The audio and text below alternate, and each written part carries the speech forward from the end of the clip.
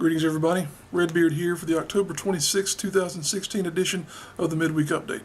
If you haven't heard by now, Ric Flair has announced he's running for president. So remember, on Election Day, it's time to make America woo again.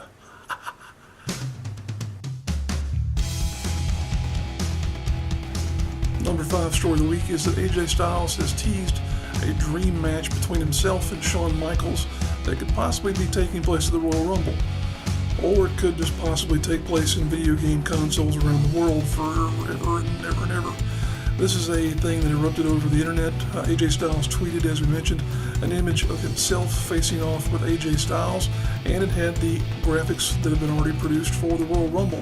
It's coming up here not too long from now. This is, of course, a dream scenario to where you'd have the guy who is the current WWE World Champion taking on a legitimate legend of the business.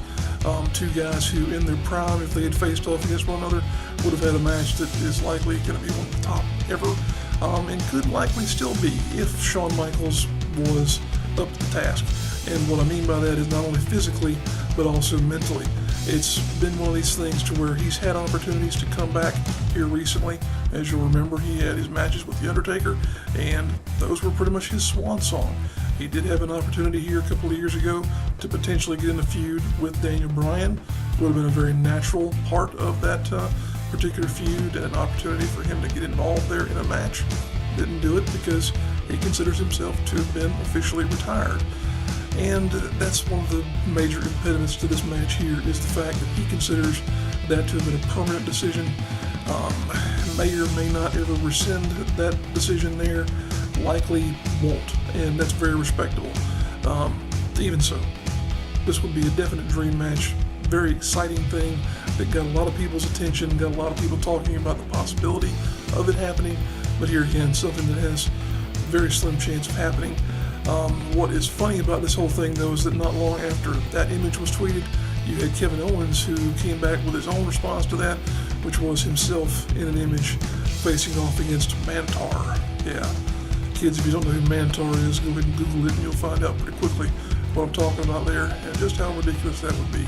But being the zoo enthusiast that he is, doesn't surprise me at all that he would go down that road. But for now, the match between Styles and HBK, possible, not likely, possible, but definitely something that we as wrestling fans will continue to dream about.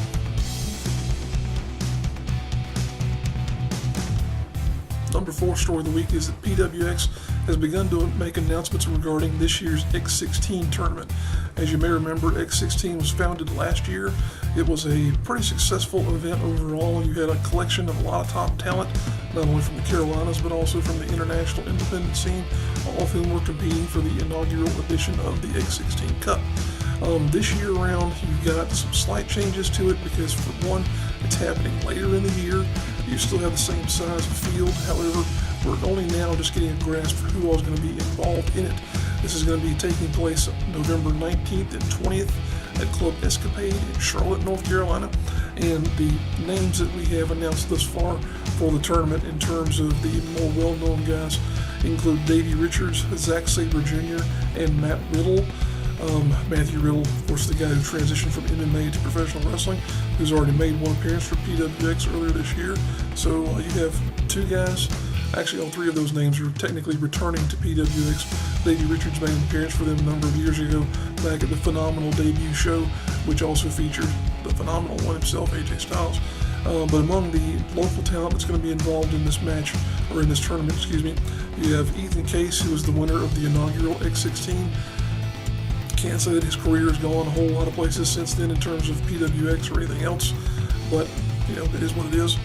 You also have James Drake, Trevor Lee, Jason Cade, Darius Lockhart, who in this climate just here recently joined the Revolution, the Revolt, not the Revolution, I'm getting my tongue tied here.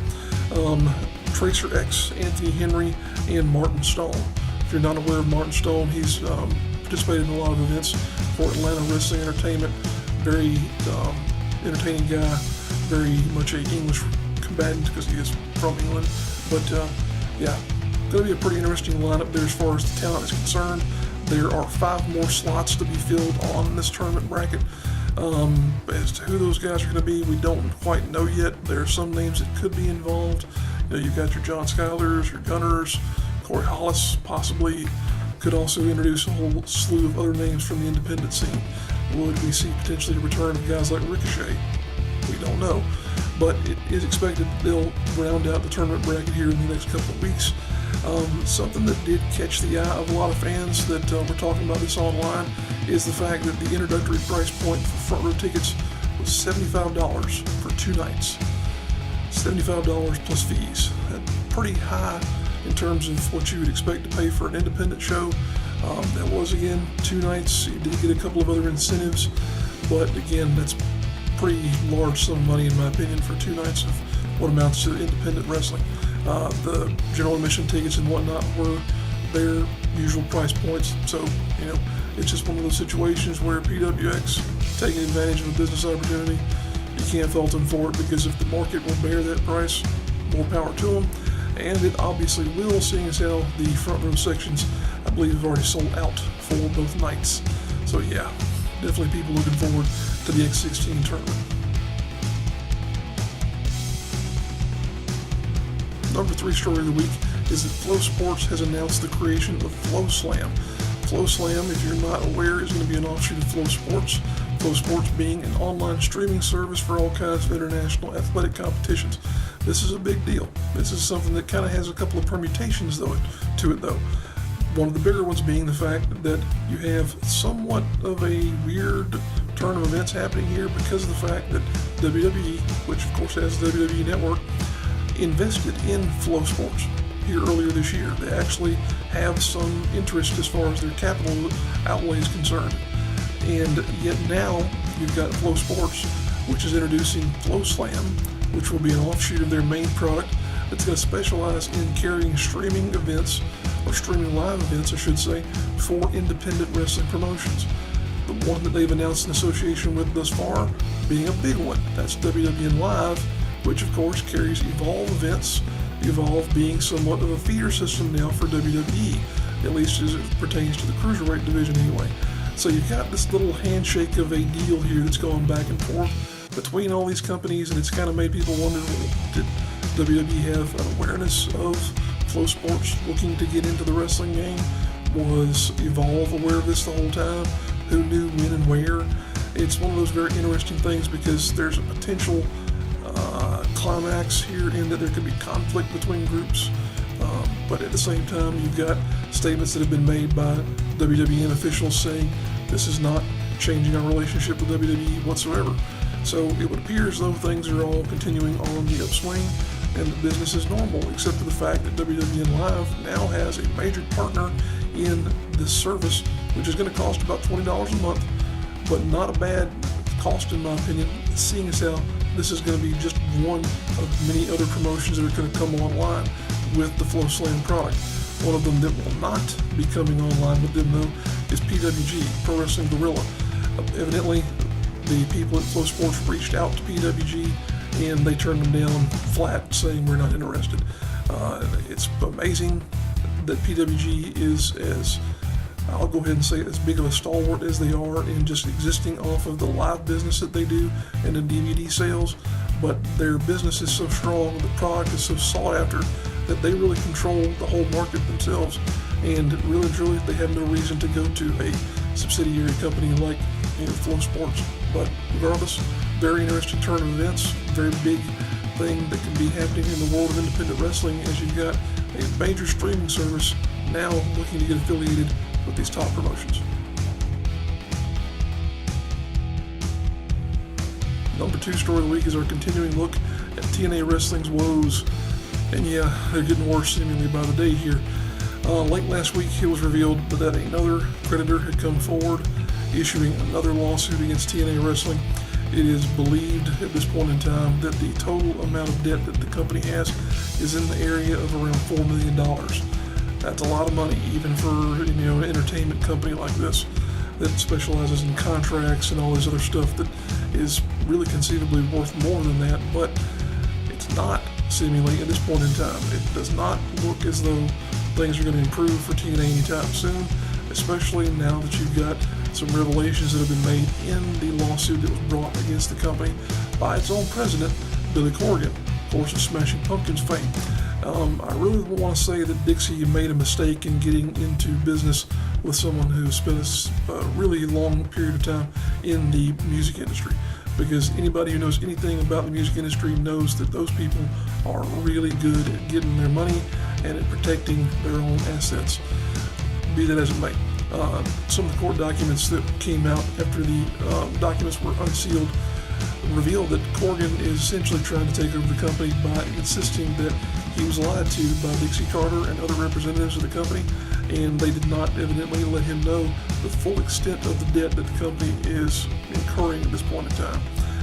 And it appears as though he bailed them out on a number of occasions, and at this point in time he's looking to essentially have the company declared insolvent, and that he has the right to begin to purchase up whatever is left of the remaining shares that are available in the company and essentially become the new sole owner. This is a very interesting turn of events. It's kind of weird that he's still this interested in being involved with the company, because even though he's at one point in time been the backer and creator of a professional wrestling promotion, he now seems to be dead set on getting involved with TNA and Impact Wrestling. What is he really interested in buying here? A company that's not worth anything? That's what it kind of amounts to, and he's sort of admitted as much. But you here again have all these things that have come out, everything from all these creditors that have come up, to the fact that Billy Corgan is saying, well, she being Dixie, of course, never told me that there were a potential for WWE to be involved in this whole thing. It's just a really, really crazy scenario, and it's not going to improve anytime soon, because we're still hearing rumors of talent being to a point to where they're saying, okay, if we don't continue to get some type of assurance that this company is going to be moving forward, we're ready to go, we're ready to turn around and just do something else. So it's going to continue to get worse before it gets better, I'm afraid. I would hope that Corgan can come forward and continue the company, because he does seem to have a passion for doing something with TNA, but whether or not that will actually happen is anyone's guess. So we'll have to see who all comes forward, who wins these lawsuits, what's left of TNA at the end of 2016 and going into 2017. Yeah, it may be a little bit of something, but it's not going to be much. And the number one story of the week is our preview of WWE's Hell in a Cell pay-per-view. We're going to run through the card here and just talk about a few of the matches, as we've been made aware of a few things that have changed here in the past couple of days. The leading one being the fact that the kickoff show will involve a six-man tag featuring athletes from the Cruiserweight division. The big news there is the fact that on one team you're going to have Cedric Alexander, go Cedric go, Lince Dorado, Sin Cara. On one team they're facing off against Tony Nese, Drew Gulak, and Araya Daivari. So that is going to be on the kickoff show, which is funny to me because that could be one of the more entertaining matches of the entire card, and it's going to be a curtain jerker. Go figure. The Cruiserweight division is kind of becoming an afterthought on Raw anyway. I would not be surprised if it continues to sort of dwindle until something happens, potentially with the match that we're going to talk about here in a little bit. But other than that, on the undercard, you've got a tag team match between Enzo and Cass versus the Club, of course, Gallows and Anderson. Bayley will be taking on Dana Brooke. Dana Brooke having somewhat more than just a brainstem. Yeah, not sure where they thought about bringing her up from the developmental roster, but whatever. And then on the other side of things there, you've got a couple of championship matches in the Raw Tag Team match, or Tag Team Championship match, where the New Day will be defending against Sheamus and Cesaro. Sheamus and Cesaro could probably beat the holy hell out of anybody on the roster, but they're going to be probably serving as jobbers for the New Day in this example here. But then you've also got the Cruiserweight Championship, which will be on the line there as TJ Perkins defends against Ryan Kendrick. TJ Perkins, in my opinion, is a very entertaining guy. He's just not had a whole lot to work with in terms of what he's been able to do as a Cruiserweight champion. They just haven't done much in terms of trying to develop his character. And outside of the tournament on the network, hasn't had a whole lot to keep you interested, so it is what it is. But moving on from there to the actual meat of the card are the three Hell in a Cell matches. First of which will be Roman Reigns taking on Rusev. This is an interesting combination here because of the fact that you've got Roman Reigns, the good guy, who's taking on Rusev, the bad guy. And Rusev is really only the bad guy because he happens to be foreign. If you look at the things that they've done in this feud and how they've set things up, Rusev has been communicated as a guy who's fighting for his homeland. He's fighting for the dignity of his woman. He's fighting for all these things that are really and truly genuine and true and pure and whatnot. And then you've got the fact that they're presenting him as a villain because of the fact that he's foreign and Roman Reigns is the heel, or excuse me, Roman Reigns is the good guy because of the fact that he's supposed to be the good guy. It's Roman Reigns. It just boggles my mind how they continue to try and do things with him, and it just does not work. At least not in my opinion, anyway. Then the other big Hell in a Cell match is the Universal title match where Kevin Owens will be defending against Seth Rollins. This is probably going to be a fantastic match. I'm hoping that they get to do a lot of inventive stuff there, as you would expect two guys who come off the independent scene and have all this experience and whatnot of having been around each other forever. So it should be a great chemistry, or a great set of chemistry that they have with one another, and I'm sure they're going to have plenty of things to really show off in that match as well. We're hoping that this winds up being the main event. It's been put over as the main event, but we're talking about the women's championship match for the Raw division, that being, of course, where Sasha Banks will be defending against Charlotte Flair. We're calling her Charlotte Flair now. They had been calling her just Charlotte, but they suddenly are interested in putting her last name on there, so we'll go with it. That, I hope, really lives up to the hype, because there's a possibility that you could have this be just a Hell in a Cell match in name only. They've got to do something to incorporate the actual cage. There's got to be something there to come across as having added value to this match. Otherwise, as I mentioned, it'll have been a Hell in a Cell match just for the sake of calling it a Hell in a Cell match. But we're looking forward to the show. There's a lot of stuff on here that could be really good. The six-man tags we mentioned will be very entertaining. The tag team championship match will likely be very entertaining. And the Hell in a Cell matches should be fantastic. So a lot to look forward to on this card. It should be a really, really fun show. So we'll have to wait and see what actually happens, though. I do want to point out the fact that we've got, in essence, 12 events happening this weekend. We only have, I believe, 10 or so in the graphics package, but we do have a total of 12 events that we want to make you guys aware of that are coming up this weekend. The ones that did not get included include offerings from Underground Independent Wrestling, Universal Independent Wrestling, and the Old School Wrestling Alliance. If you're interested in information on those, you can check out the Rasslin with Redbeard Facebook page and the photo albums that I have there for the upcoming events for the month of October. There's a link for that Facebook page down there in the description of this video. But let's go ahead and roll those posters and get you caught up on what's happening this weekend.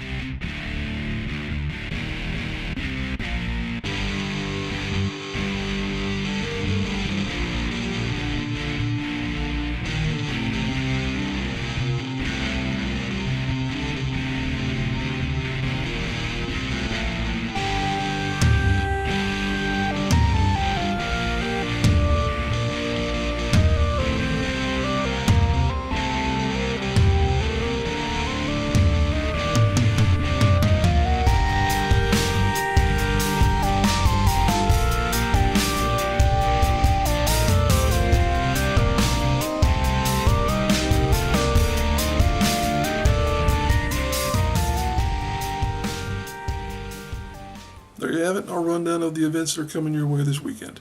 If you're a wrestler, a promoter, or in some way involved with a wrestling promotion, and you didn't see your poster in that part of the program, it's because I only found out about it late, sorry guys, or because of the fact that we didn't see it. We do our best to peruse social media to keep abreast of what's happening in this part of the world, but we do miss things.